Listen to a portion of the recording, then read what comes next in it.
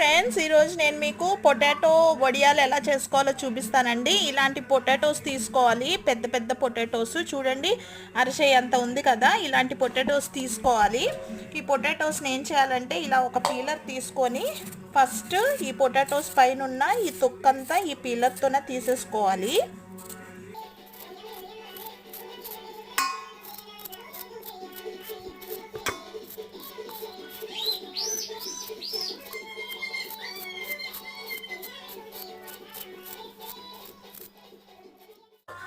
దీన్ని ఇలా పట్టుకొని మనం ఇలాగా ఈ పొటాటోస్ని కోరుకోవాలి.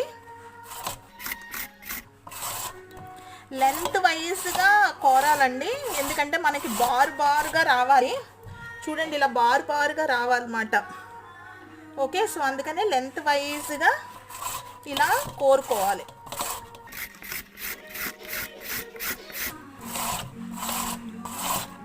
పొటాటోస్ తొందరగా ఆక్సిడైజ్ అయిపోతాయి కదండి, అందుకనే మనము పొటాటోస్ని వాటర్లో వేస్తాం. అండ్ ఇందులో ఉన్న స్టార్చ్ అంతా పోవాలి, అందుకని కూడా మనం వాటర్లో వేస్తున్నాము.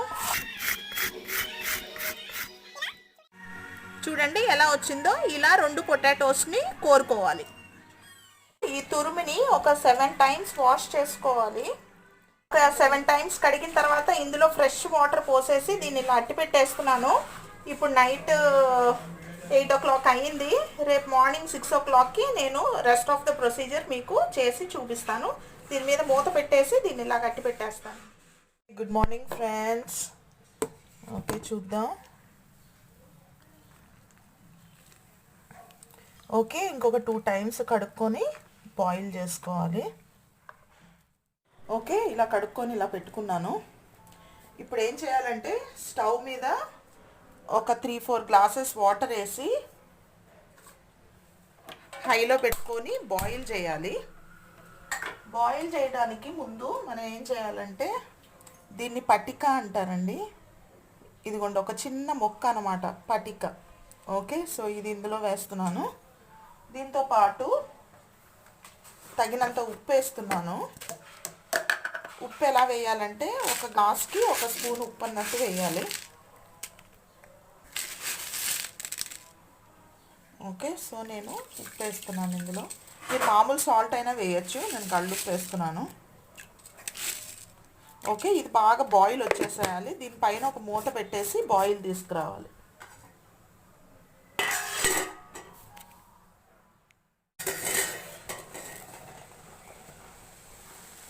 ఓకే, చక్కగా బాయిల్కి వచ్చేసింది కదండి.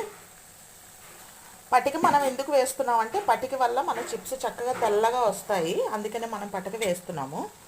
ఇప్పుడు మనం ఏం చేయాలంటే నిదానంగా ఈ పొటాటోస్ని ఇందులో వేసేయాలి. వేసేసి కరెక్ట్గా 2 minutes వరకు దీన్ని ఇలాగా ఉడకపెట్టాలండి. Just 2 minutes. ఎక్కువసేపు కనుక దీన్ని ఉడకపెడితే ఈ పొటాటో బాగా ఉడికిపోయి మెత్తగా అయిపోతుంది. అలా మెత్తగా అవ్వకూడదు. 50.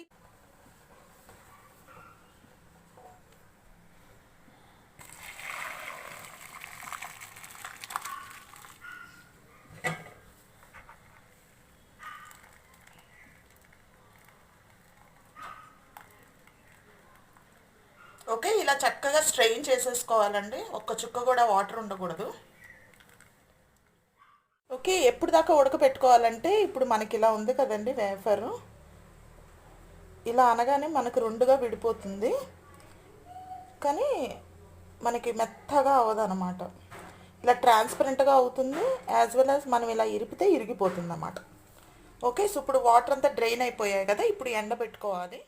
ఓకే, ఎండబెట్టుకోవడానికి ఇలా ఒక ప్లాస్టిక్ షీట్ వేసుకోవాలండి. షీట్ వేసుకొని, నా దగ్గర కొన్నే ఉన్నాయి కాబట్టి నేను ఇలా ఒక బేసిన్లో చేసేస్తున్నాను. మీరు ఎక్కువ కనుక చేసుకుంటే కనుక పెద్ద చీర మీద ఒక ప్లాస్టిక్ షీట్ పరుచుకొని చేసుకోవాలి. సో దీనిలో ఇవి వేసేసుకొని స్ప్రెడ్ చేసుకోవాలి. ఓకే, ఒక మంచి ఫోర్క్ తీసుకొని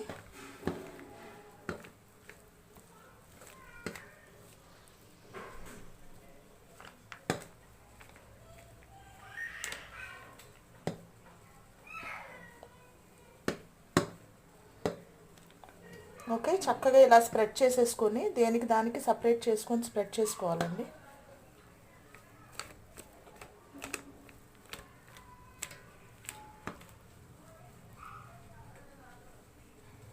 ఒక రోజులో ఎండిపోతాయండి ఇవి. ఓకే, దీన్ని ఇప్పుడు మనం తీసుకెళ్ళి ఎండలో పెడదాం. ఓకే, మంచి ఎండ ఉన్న చోట ఇలా ఎండబెట్టుకోండి, ఒక రోజులో ఎండిపోతాయి. ఫ్రెండ్స్, ఒక 2 days ఎండబెట్టానండి నేను. అంటే నాకు ఇక్కడ కొంచెం ఎండ తక్కువగా ఉందని చెప్పేసి నేను 2 days ఎండబెడితే ఇలా అయ్యాయి. వీటిని ఇప్పుడు నేను ఫ్రై చేసి మీకు చూపిస్తాను.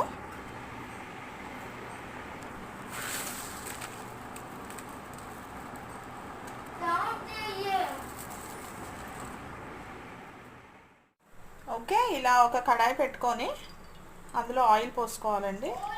మనం వడియాలు ఎలా వేపుకుంటాం అలా వేపుకోవడమేనండి. ఓకే, కొన్ని వేస్తే చాలండి, చాలా అయిపోతుంది. చూసారా?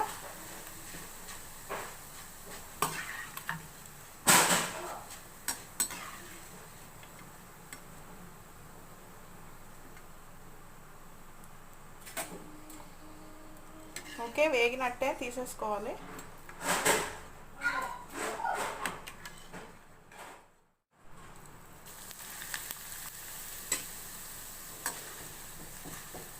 ఓకే, చక్కగా మనం కారపూస తిన్నట్టు తినేసేయచ్చండి. ఉప్పు కారం వేసుకొని తినేసేయచ్చు. వడియాలు వేపుకున్నట్టే.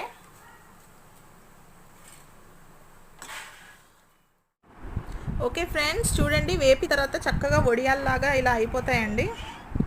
ఓకే, నవిలితే